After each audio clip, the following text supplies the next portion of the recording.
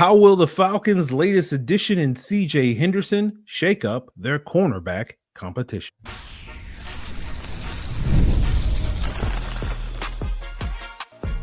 You are Locked On Falcons, your daily Atlanta Falcons podcast. Part of the Locked On Podcast Network, your team every day. Welcome back, everyone, to another illustrious episode of the Locked On Falcons podcast, your daily Atlanta Falcons podcast, part of the Locked On Podcast Network, your team every day. And today's episode is brought to you by Monarch Money, where you can take control of your finances with Monarch Money by using code LOCKEDONNFL at monarchmoney.com for 50% off your first year.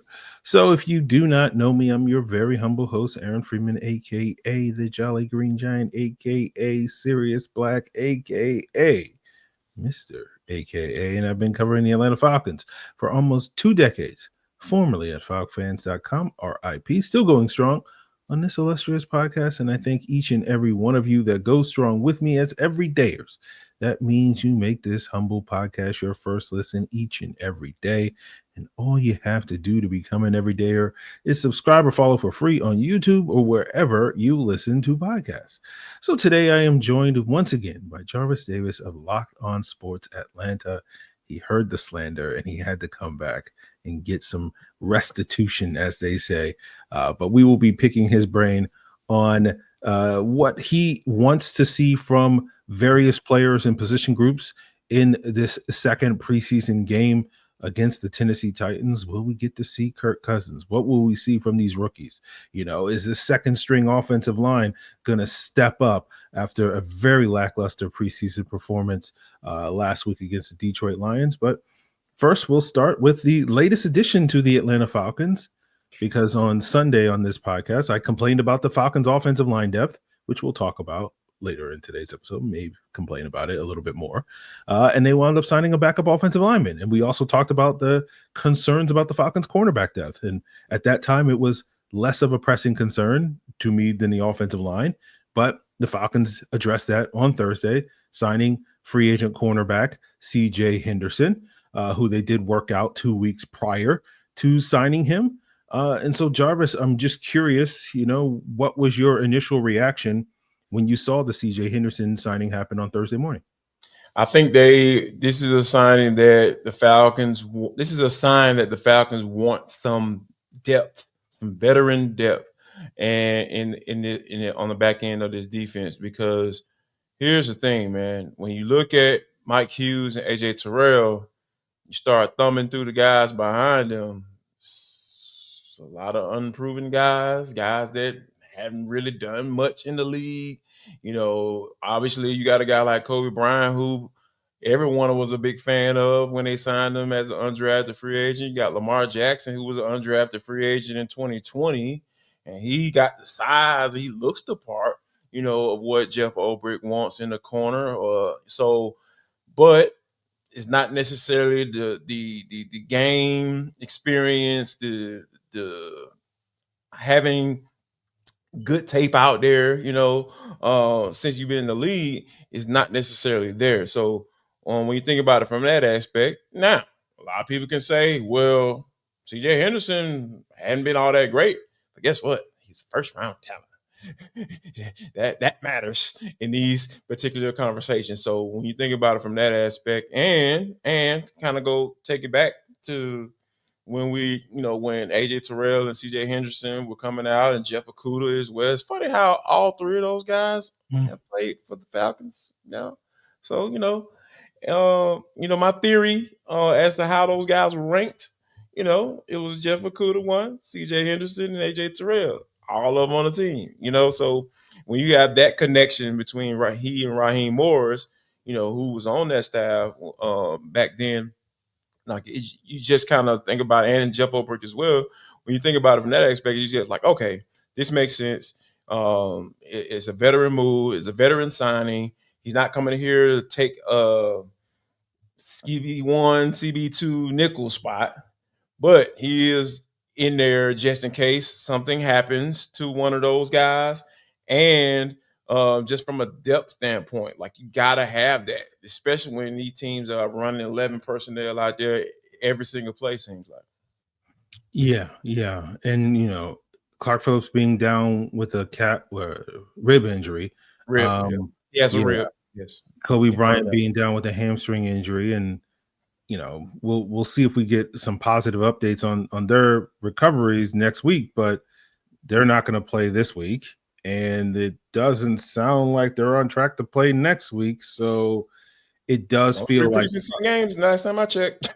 yeah, and then there are final cuts after that, and so that's really it. Yeah. But yeah, so we'll see on that front. But yeah, I remember when CJ Henderson came out, I was very high on him. He had a lot of question marks about his game.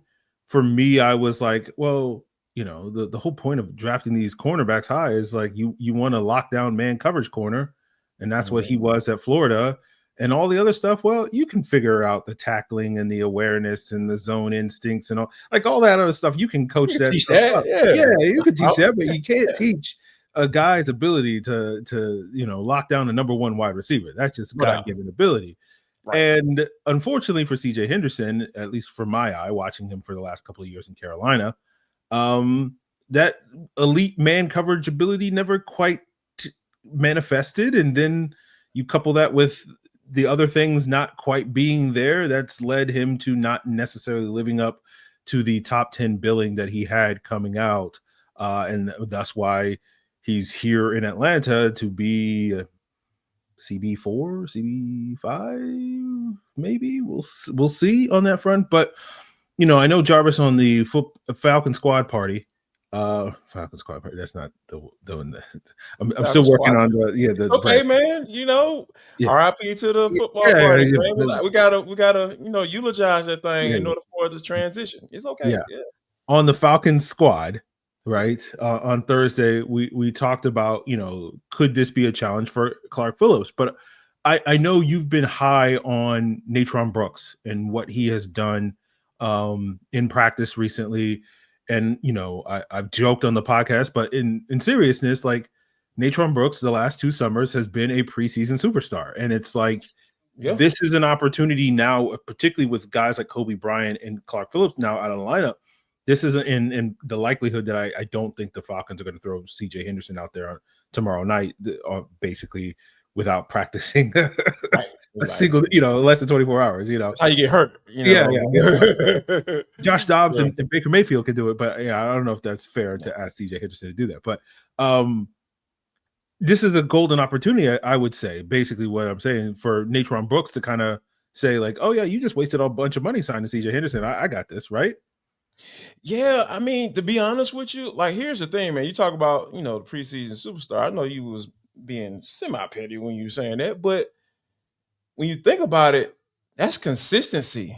Every time he's gotten the opportunity to play and step on that field, preseason or not, the man has performed. And like you said, I will continue to say it. People gonna get tired of me saying it. The man is a special teams monster. Like, he loves it. And when you have a combination like that, he's stayed fairly healthy. He's here, he's at practice, he's shining, he's competing. He's not the biggest guy. He's not the guy you're going to recognize off the street. Like, oh, I know he play ball. No, he's not that cat. But there are room for guys like that on rosters. And when you look at Clark Phillips and how he's not that big of a guy, and I just look at Natron Brooks and it's just like, hey, man, what have I been getting from these guys? What have I not been getting from a guy like Clark Phillips? He's been inconsistent, right? There were times where I was like, oh, okay, this man might be able to be something. And then they're like, oh, he's too little. Him too little to play corner in the NFL. We've had those moments as well. So when you have a guy giving you that consistency on the field, and then you have him giving you something in what matters a lot, especially for this team, especially with Marquise Williams as a special team coordinator. Like when you have a guy checking all those boxes, and it adds up to he's been consistent.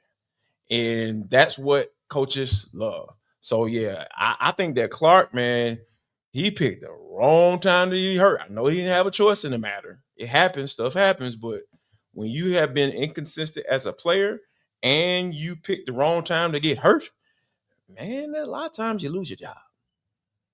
We will see. We will see. But we will see what happens with the cornerback position. But we will look ahead to talk a little bit more about the quarterback position and whether or not the big question of will we get to see Kirk Cousins at any point this summer, possibly on Friday night. But in addition to the mystery or surrounding Kirk Cousins is, what do we want to see from this rookie class in their second preseason action? And we'll get into all of that as we continue today's Locked On Falcons. Have you ever wished that managing your money was a little bit easier? With Monarch Money, it can be. I know for me, given that Locked On has been so good to me these last couple of years, I've been in my best spot financially in a very, very long time, but I want to stay in my best spot and even build a better spot, building budgets, sticking to them, spending and managing my spending a lot better. Monarch Money is just another tool that's going to help me reach my financial goals, and they can help you reach yours. Whether you're looking to grow your savings or planning a big purchase, Monarch's going to put you in the driver's seat. It's like having your own personal CFO, giving you full visibility and control over your finances. Monarch Money isn't just a budgeting app, it's a complete financial command center. You can track all your accounts, investments, and spending in one place. So in addition to managing your money, you can start building wealth. Reach your financial goals and take control of your finances with Monarch Money by using code LOCKEDONNFL at monarchmoney.com, and you'll get 50% off your first year. That's monarchmoney.com, code LOCKEDONNFL for half off your first year. So Jarvis, basically point blank, what do you want to see from these rookies going into their second game? And again, obviously we're going to be focusing on the 5 draft selections, but if you want to throw, an undrafted free agent into the mix as well, who for you is the rookie that you're most intrigued, most eager to see potentially show out on Friday night against the Tennessee Titans? Taking aside Jalen Walker, because y'all know how that's, I mess with them. And then, James Britt Jr., I want to see it. I want to see it. I want to see it. I want to see it. I want to see it. Mm-hmm. The guy that I want to see step up the most and go out there and make some plays is Xavier Watts. Because to me, man, I don't know about how you feel about this, but I feel that they really want him to step into that safety spot. Like they just waiting for any sign. Mm-hmm. Man, it's yours. Just step up and be that. I use that word again, that buzzword, consistent. Just be consistent. And then we feel like you can play your way into making plays and being the ball hawk that you were in college. Yeah. So I want to see that. I want to see him have to play with confidence, man, because I feel like I haven't seen that, especially at Friday night, last Friday against the Lions. I just didn't think that he just didn't look confident out there. So yeah, he's the guy that, I got my eye on. I want to see him kind of get after it and just play ball, man. Like that's what I want to see from him.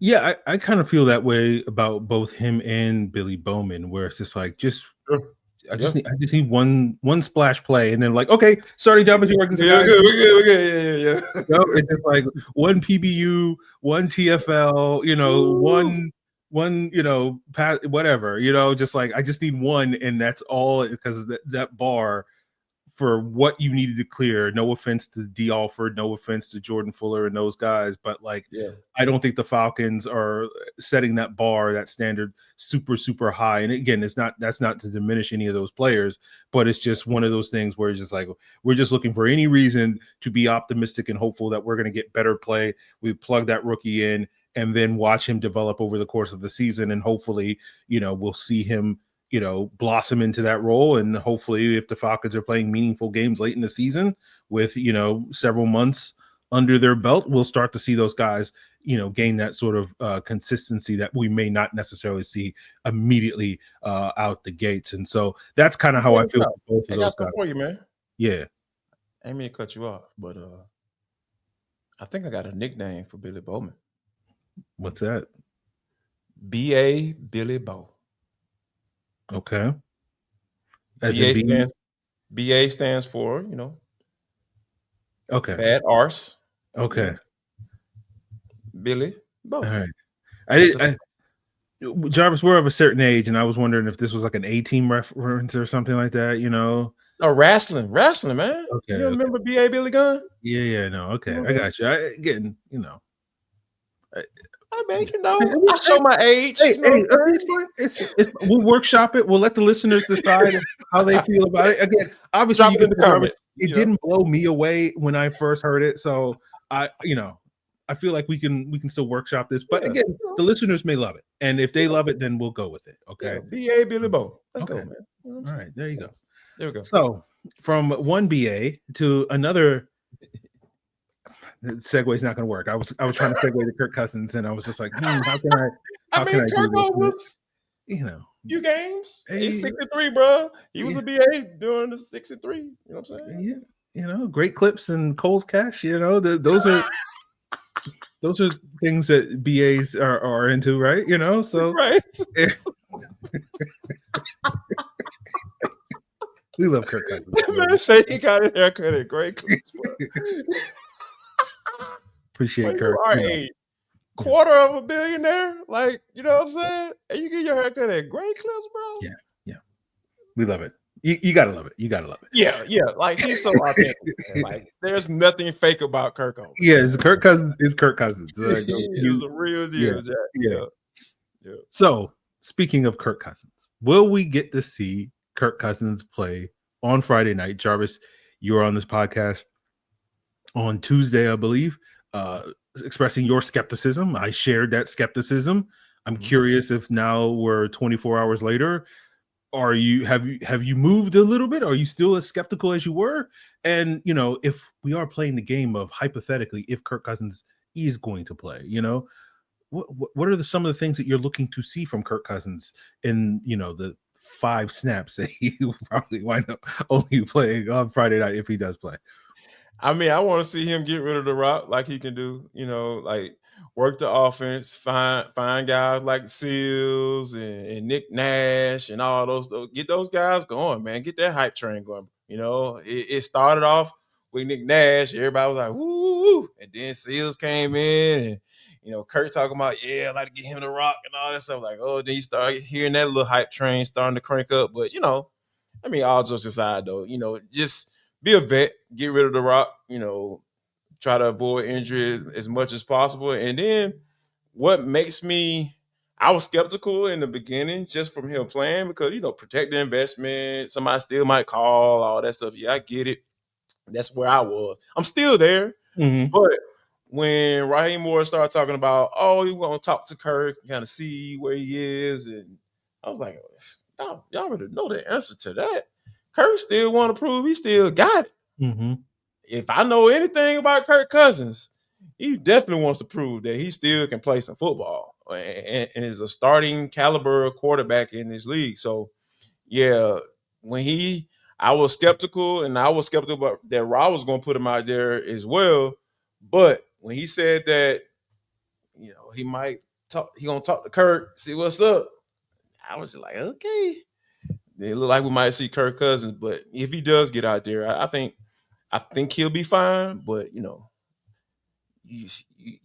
don't want to be in a situation where that second offensive line is in there, and Jefferson's not gonna play. Thankfully, that's a great thing, So our boy Double O, he might try to tee off and see what's going on and try to prove that he was worth where he was drafted. Mm-hmm. You know what I mean? Coming out of UCLA. So, I think it's going to be interesting to watch to see how they play it. But, I mean, all in all, more than likely Kirk will be fine. Yeah. We'll see. I'm in the same boat. I'm like, if it just boils down to whether Kirk wants to play or not, I don't think Kirk's going to play. Yeah. Get out there. Yeah. Other people have thoughts and things that they want to weigh in and have opinions on it, then I think they'll probably be like, hey, Kirk, we want to get you out there, but we can't risk it. It's not in our best. We want to give Easton Stick and Emory Jones more chances to operate and all that stuff. You've done enough, Kirk. It's just go take this $100 million and go cry in a corner or say wipe those tears with those Benjamins. You'll be all right. Kirk. So, you Oh know, my God. so It's got to be the life, dog. Like, I got to be the life, man. it must be nice. It must be. Man, And it's you know, he's very nice. pockets are deep because he's saving so much money with the great Oh, clips. well, You you know know, that man goes to great clips. So I can imagine this man probably might drive a low-level Mercedes Benz to doggone work, you know. Or he had the Range Rover on. Mhm.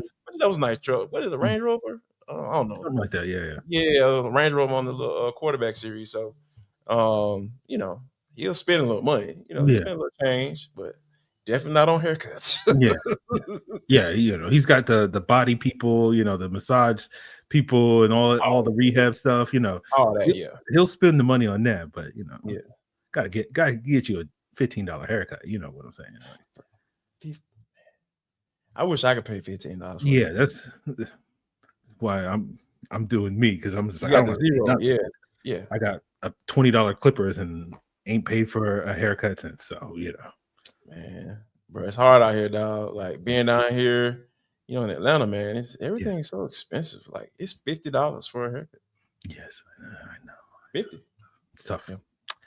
Well, speaking of tough, let's talk about the Falcons' second string offensive line because ain't nobody up to a tougher task than these guys, whether it's protecting Kirk Cousins or opening up run lanes.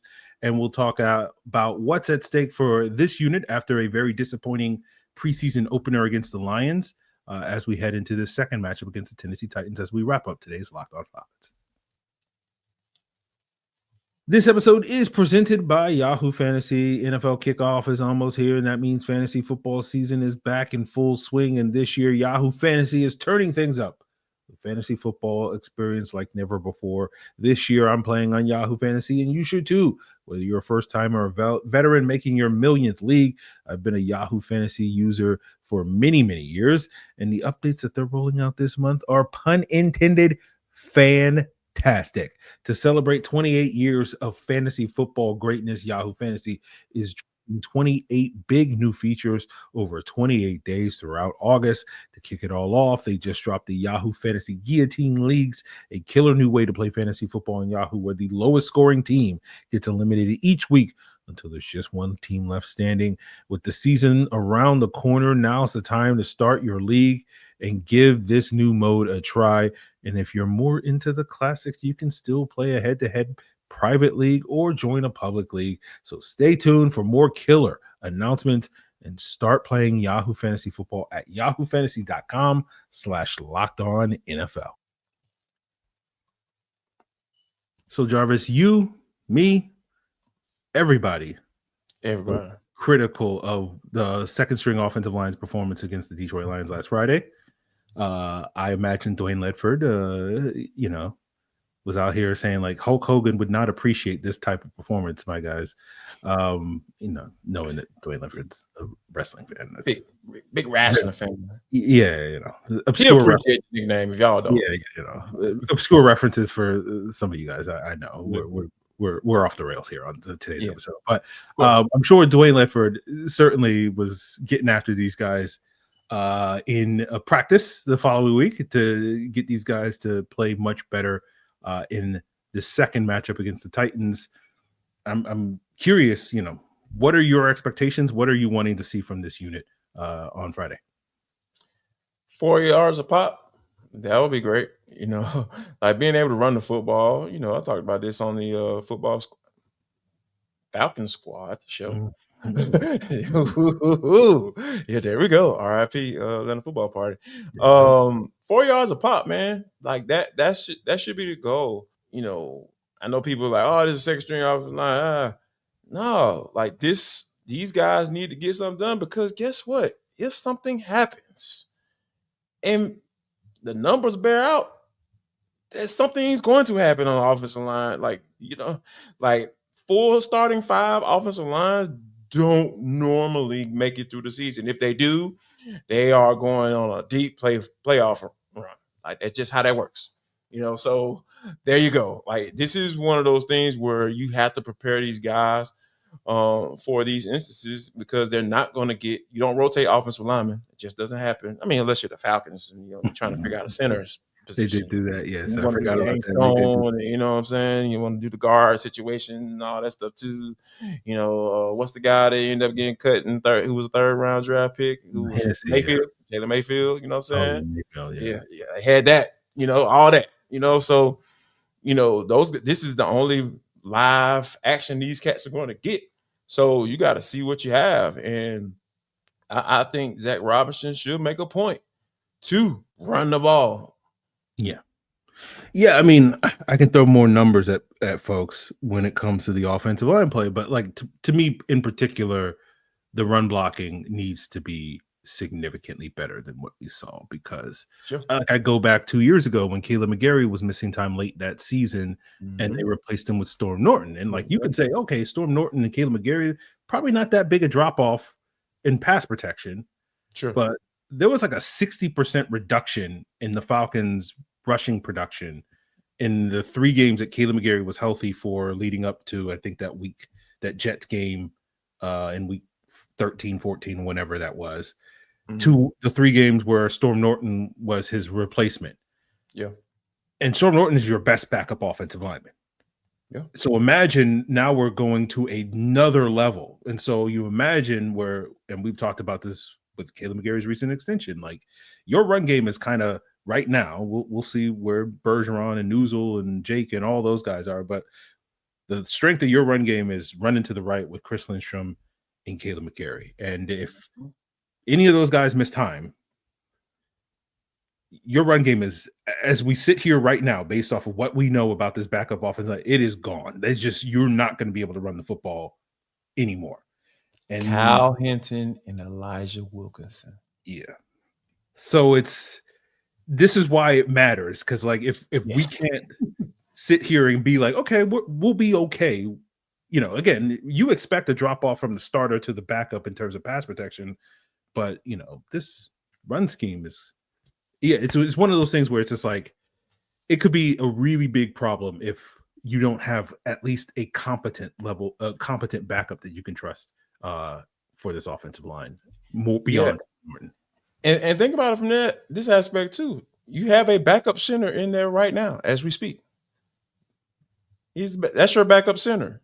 So, you know, with that, essentially you got a third string center who's your backup, who's going to be your backup once the season starts. So, like, there is a reason why guys are backups. You know, now Ryan Newsel, you can barely tell the difference. Like, you know, you saw a little drop off, right? But you know, this is the game that all offensive lines in the league play. They play this game. Like, you have to get these guys ready to have some production, or, you know, to be able to step in when guys get hurt, because guys are going to get hurt. That's just how the game goes. And when you have what happened on Friday night against the Lions, that you see what they did. They end up signing the center, you know, with Jake Hansen. So when you have that, they see it, they watch the tape. So yeah, let's bring this guy in, you know, who worked out. Okay. And now I feel like if you have another performance like you did Friday night, you will understand there's gonna be some other guys being brought in. Like, because with the signing of CJ Henderson, they end up cutting Tyrone Wheatley. And just how it goes. Like, where can we trim the fat? On the offensive line. That's where they're gonna go every time. Yeah. And to me, again, like, one of the reasons why making a big deal about it and why it's a little disappointing, because like a lot of these guys, with the exception of Jack Nelson, they've been here for 2-3 years. So like they don't really have the excuse of like, oh, it's a brand new system. You know, I'm not really making a transition from college to the league. Yeah, you know, like a lot of these guys, this is like their third year in this system of playing for this specific team and this specific blocking scheme. Yeah, they ain't changed the blocking scheme in like 3 years, guys. It's the same. Been here. Been here. They have not changed that. So we'll see. We'll see if the offensive line can redeem itself on Friday night. Jarvis, any other tidbits that you're looking forward to in this Titans action? I'm interested to see what Casey Washington does. I understand the connection that he has with Michael Penix Jr. He was throwing to him, when he was the backup quarterback last year. So those guys have much rapport. Michael Penix talked about how Casey wants to go through the extra stuff. Like, that's what you look for in guys that people are not really checking for, right? Like, meaning top half of draft picks. Like, he's on the back end of the draft. Like, whatever I could do to try to get an advantage. Yeah, MP, come on, can you go over here, meet me in the parking lot so we can walk through this, this script right quick. You know what I'm saying? So make sure I'm on point. Yeah, that's the type of stuff that, ends up transferring on the field, like you've seen. Darnell Mooney goes down. Oh, Casey Washington is running at the X. Oh, okay. Casey Washington's up here catching those beautiful deep balls that Nine is throwing out there. So, yeah, I want to see if he can get off, or if he's going to play, or if they feel like they've seen enough. Casey Washington, have they seen enough from Casey Washington? I don't know. They might have. So I think that's one of the things that I'm be looking for. Like, have they seen enough guys? And I think Casey Washington is one of those. Yeah. That'll be an interesting group of players.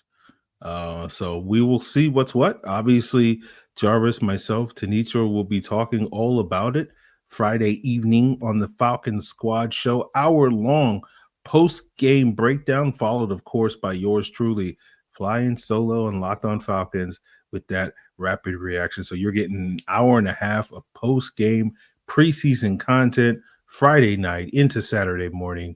So make sure you get that caffeine in your system so that you can stay up and get all the takes that will be flying fastly and physically on Friday night. So that's all available to you on Locked On Sports Atlanta, as well as Locked On Falcons, which of course you can find on YouTube or wherever you listen to podcasts. And of course, if you're gearing up for your fantasy football season, for your second listen, check out the Locked On Fantasy Football Show. It is all part of the Locked On Podcast Network, your team every day.